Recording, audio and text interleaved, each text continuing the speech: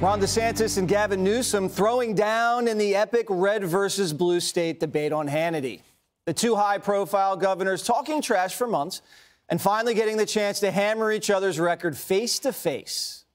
They tax too much. They regulate too much. They have a political agenda. It's not a good climate for business. They've lost a lot of companies. California dominates, sizable 21 state populations combined. It's the fifth largest economy in the world. He had the kids locked out of school because of the teachers union. That is having a generational impact. The last guy you want to talk to on the immigration, lying to migrants, promising them jobs and housing, sending them to an island, Martha's Vineyard. Well, this is an app where they plot the human feces that are found on the streets of San Francisco. The two also taking some vicious personal shots at each other. I can handle it. I'm used to bullying. You're nothing but a bully. You're a bully. I understand that. He'll tell a blizzard of lies to be able to try to mask the failures. You're trolling folks and trying to find migrants to play political games to try to get some news and attention so you can out-Trump Trump. And by the way, how's that going for you, Ron? You're down 41 points in your own home state. He's just throwing stuff out to see what sticks against the wall. This is a slick, slippery politician. I will take Joe Biden at 100 versus Ron DeSantis any day of the week at any age. DeSantis and Newsom trading jabs over their future political ambitions. When are you going to drop out and at least give Nikki Haley a shot to take down Donald Trump in this nomination? She laid you out. You just won't admit it. You will not admit it. Why don't you just admit that you're running? Hold on. I don't know how many times I can say it. You're just making this stuff up about a shadow campaign. What Biden and Harris and Newsom want to do is take the California model and do that nationally. There's one thing in closing that we have in common is neither of us will be the nominee for our party in 2024. Judge Jeanine Pirro, you've been chomping at the bit all day, wanting to get this off your chest. What's going on? Can I tell you something? He is a mean-spirited, petty guy. And I got No, obviously, Greasy Gavin. Okay, that's my new name for him. You know, the thing that I found most offensive was one that really didn't have a lot to do with substance. It's when he interrupted Ron when he was talking about Joe Biden and the teachers union and Kamala Harris, and he interrupted. I don't know if we have that sound, guys, where he says, by the way, it's not Kamala Harris. Shame on you. It's Kamala. It's Kamala. It's Madam Vice President to you. Stop insulting the woman. I mean, talk about petty.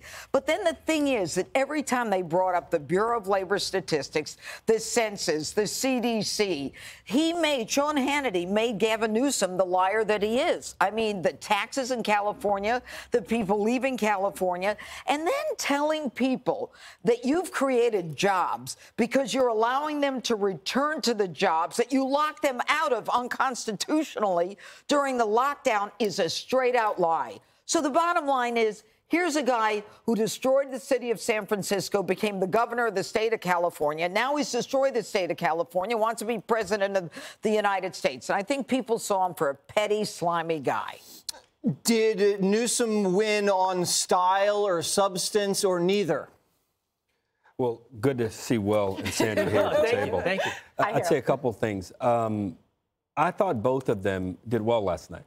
I thought some of the facts as it relates to Mr. DeSantis' state, he was able to get some of those things out around COVID and taxes. I thought that Governor Newsom was able to get a lot of things out about his state.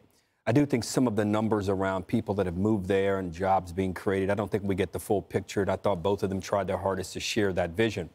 We didn't get a real vision I should say, we didn't understand how that vision would translate to them being president. I thought Sean did a great job of making sure this was about these states, giving both of these governors an opportunity, whose states had been in the spotlight, rightly so, during COVID, after COVID, about how they've responded, what kind of resiliency their economy is showing and their people are showing. So I thought that was positive. Now, to your question about the style, I thought that Governor Newsom, who's a good-looking guy and presents well and presents it a strong way, probably found the better of Governor DeSantis in some of those exchanges because he, for whatever reason, seemed to be, I thought, a little more prepared. Where I thought Governor DeSantis was more prepared, he countered with substance at times, and many times. And I thought that, in many ways, allowed the counter and the balance to be struck. But I thought the two most telling and revealing and memorable lines for me, well, we showed one of them where he said neither of us will be the nominee in 2024. And I think Sandra and I might have reacted to that a bit. And I think Republicans have to, I think, realize on a national level, this issue of women's health and reproductive rights and abortion, as we uniquely and succinctly call it, this issue is not going away. And you've got, I think, that if the national party is unable, and the Republican side is unable to get a better answer than what Governor DeSantis gave last night, I think it's going to be hard. At least he gave an answer. Well, so the only electoral answer, you're right, and I'm not going to quarrel with you on that, but I do know this. The only thing I can point to is what the voters are saying. And just 3 weeks ago in Kentucky and Ohio, 2 Republican states, voters said that abortion was a big issue for them. So overall, I give them both B pluses. They're both patriotic. They're both passionate. And neither will be the nominee in 2024. Well, you know, Jesse, I'm concerned because I think Gavin Newsom is a very effective, prolific, easy, sociopathic liar. And I think he does an excellent job of lying. I think DeSantis won the debate because he had reality and facts on his side. But Newsom would have you believe last night that the California economy is booming, that people are moving from Florida to California, that it was the most open state during COVID. He would have you believe a completely false reality that I do think DeSantis was capable of pushing back on. But Newsom does it with such ease. And I'm not concerned with people that already like DeSantis. I'm not concerned with Trump voters.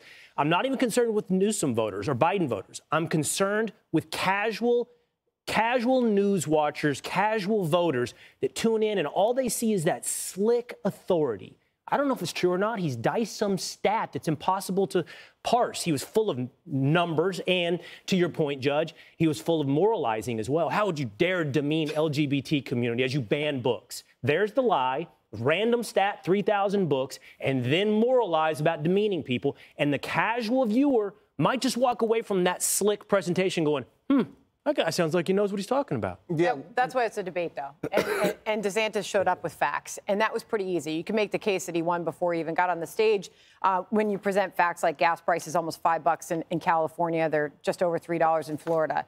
You look at the economy in Florida, much different situation. You've got people paying $5,400 in per capita taxes, over $10,000 in California. You've got the deficit soaring in California, $31 billion. Florida's running a surplus of over $17 billion. You've got this population migration, which was really easy for someone like DeSantis to fall back on. I think it came up, I think we all heard it multiple times come up. 454,000 people left Florida between 2021 and 2022. 750,000 left California, 450,000 went to Florida. Perhaps the line of the night was the story that hook, line, and sinker. DeSantis brought up that he was talking to a gentleman who fled California for Florida. It happened to be Newsom's father-in-law. The timing on that was pretty spectacular. Who won the night? Voters will certainly decide. The American public will decide. I think there were some really interesting substantive moments, and we all win for this conversation happening in the first place, for this debate even happening. Kudos to Sean Hannity. Great job. I think there were some really substantive debates that happened up there, and I think people learned something about each person, each governor. Yeah, kudos to Sean and kudos to Harold Ford Jr., who said Gavin Newsom was handsome. And I respect that your bravery from coming out and saying that. Thank you very much. Are you trying to say something? I'm not. You said it. What are you doing? You said, I love you. I love you more. Hey, Sean Hannity here. Hey, click here to subscribe to Fox News YouTube page and catch our hottest interviews and most compelling analysis. You will not get it anywhere else.